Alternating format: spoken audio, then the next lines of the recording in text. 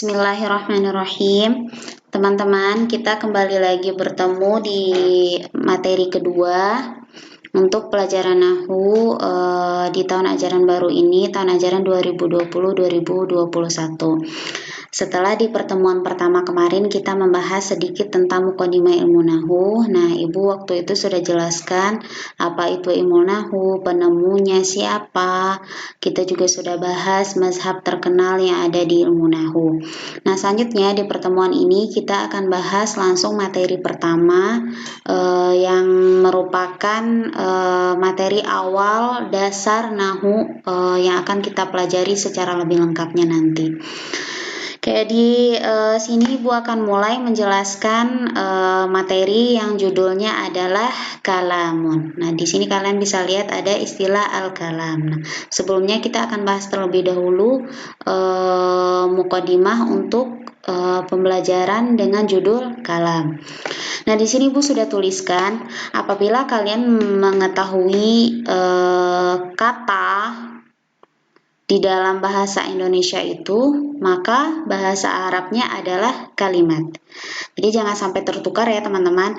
Kalau kita mengucapkan kata kalimatun di dalam bahasa Arab, maka artinya di dalam bahasa Indonesia adalah kata. Tetapi kalau di dalam bahasa Indonesia istilah kalimat sempurna, maka bahasa Arabnya adalah kalamun. Istilah yang kedua bisa juga menggunakan kata jumlatun, atau istilah yang ketiga jumlatun mufidatun. Jadi kata bahasa Arabnya adalah kalimatun. Nah, sedangkan kalimat sempurna bahasa Arabnya bisa kalian menggunakan salah satu dari istilah yang terkenal ini. Yang pertama istilah kalamun, yang kedua istilah jumlatun, yang ketiga ada istilah jumlatun mufidatun. Nah, untuk pertemuan ini kita akan fokus membahas pengertian dari kalam ya. Nah, di sini Ibu sudah tuliskan pengertian dari kalam, yaitu al-kalamu huwa al-lafdhu al-murakkabu al-mufidu bil wad'i. Jadi kalam, nah di sini pengertiannya terdiri dari 4 kata, 4 penggalan kata. Yang pertama yaitu al-lafdhu al-murakkabu al-mufidu, dan yang terakhir ada istilah al-wad'i. Nah, insyaallah kita akan bahas satu persatu 4 arti dari kata ini. Yang pertama kita akan mulai dulu dari istilah kata al-lafdhu. Nah, di sini Bu juga sudah tuliskan apa itu maksud dari kata al-lafdhu. Nah, di sini al-lafdhu huwa sautun yashtamilu ba'dal hurufil hijaiyati minal alifi ilal ya'i. Jadi al-lafadz itu apa? Huwa sautun, suara.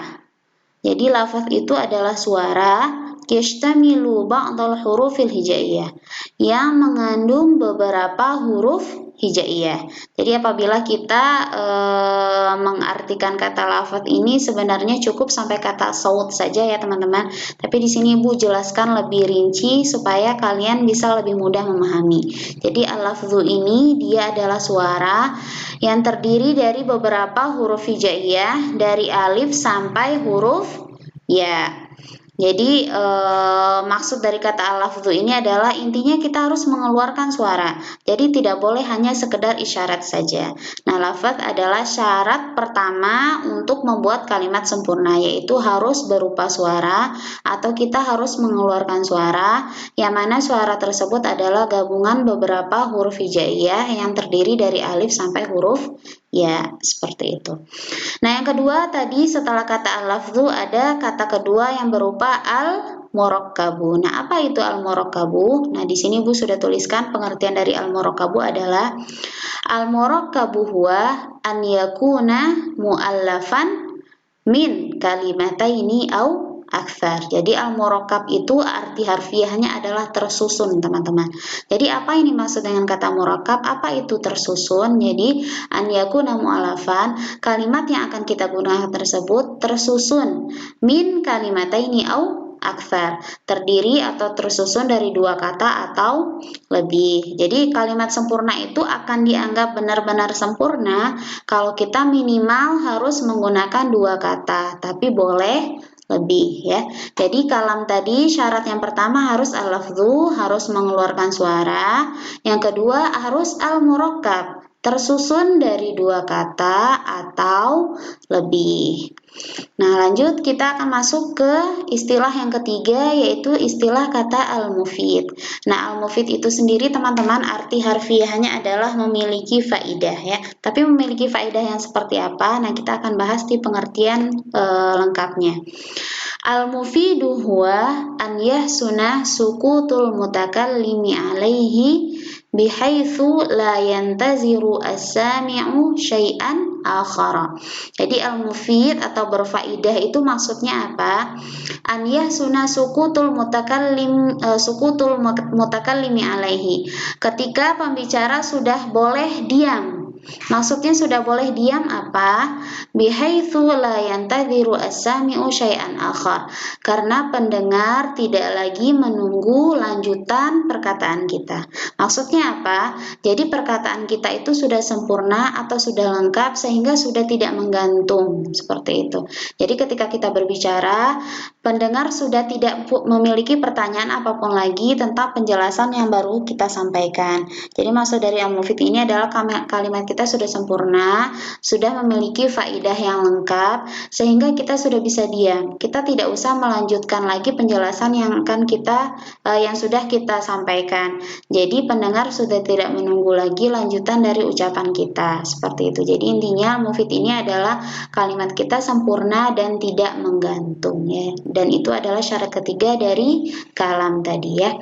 Jadi kalam syaratnya pertama tadi adalah lafdhu, yaitu suara. Yang kedua al-murakkabu, tersusun dari dua kata atau lebih. Nah, yang ketiga adalah al-mufidu. Al-mufidu itu berfaedah, sudah sempurna dan sudah lengkap, artinya sudah tidak menggantung, seperti itu.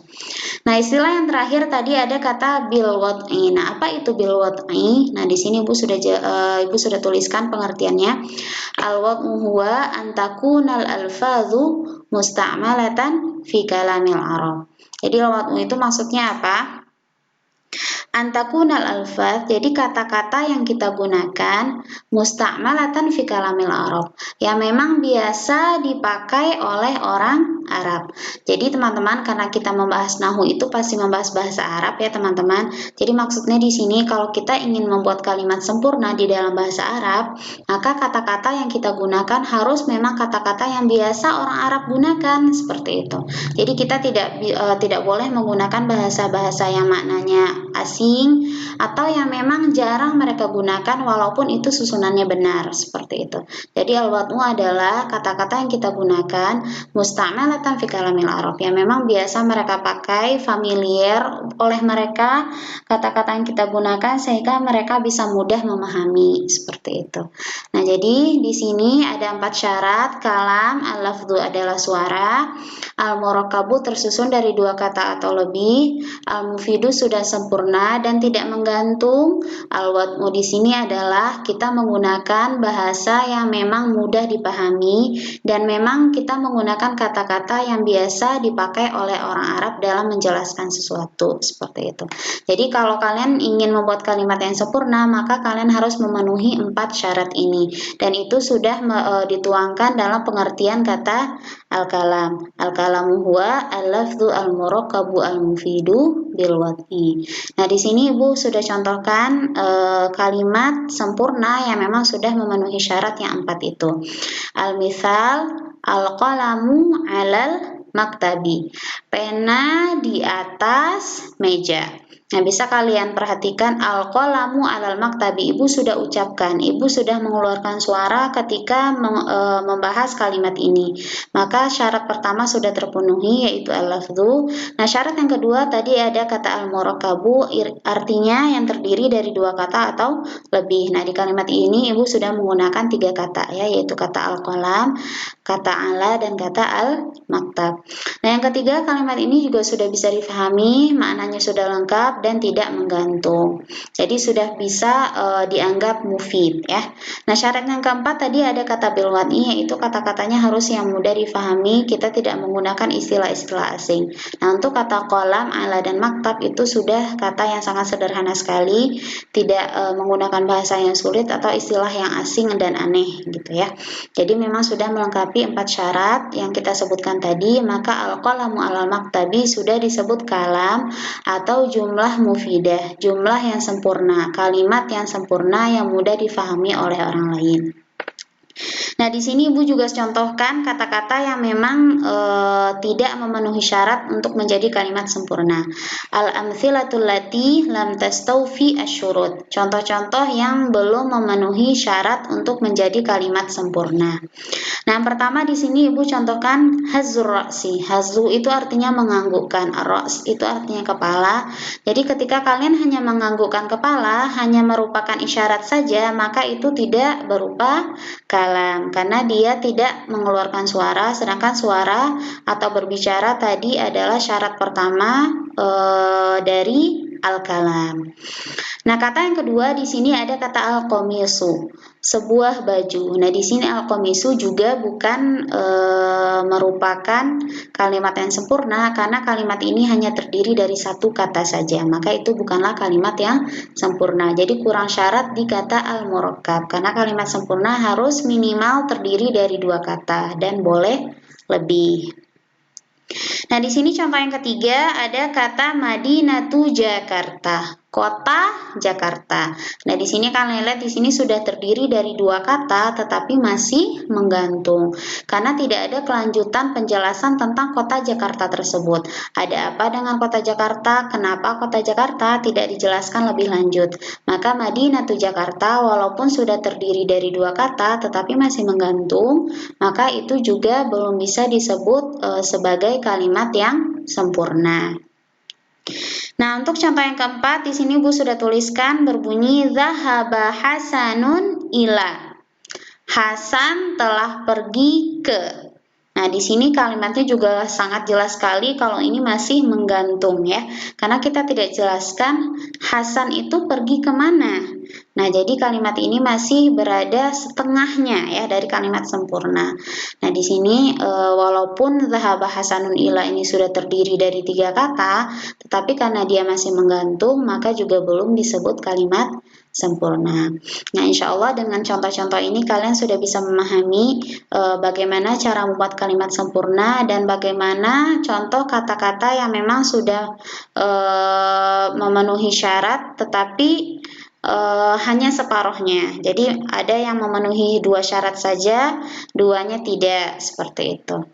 Nah, insya Allah di pertemuan selanjutnya kita akan bahas lebih lanjut tentang kata, karena barusan kita hanya membahas kalam atau kalimat sempurna. Insya Allah di pertemuan selanjutnya kita akan membahas macam-macam kata atau macam-macam kalimat yang ada di dalam bahasa Arab. Syukron ala ihtimamikunna. Terima kasih atas perhatian teman-teman semua. Semoga penjelasan yang sudah Ibu sampaikan barusan bisa dipahami dengan mudah ya. Assalamualaikum warahmatullahi wabarakatuh.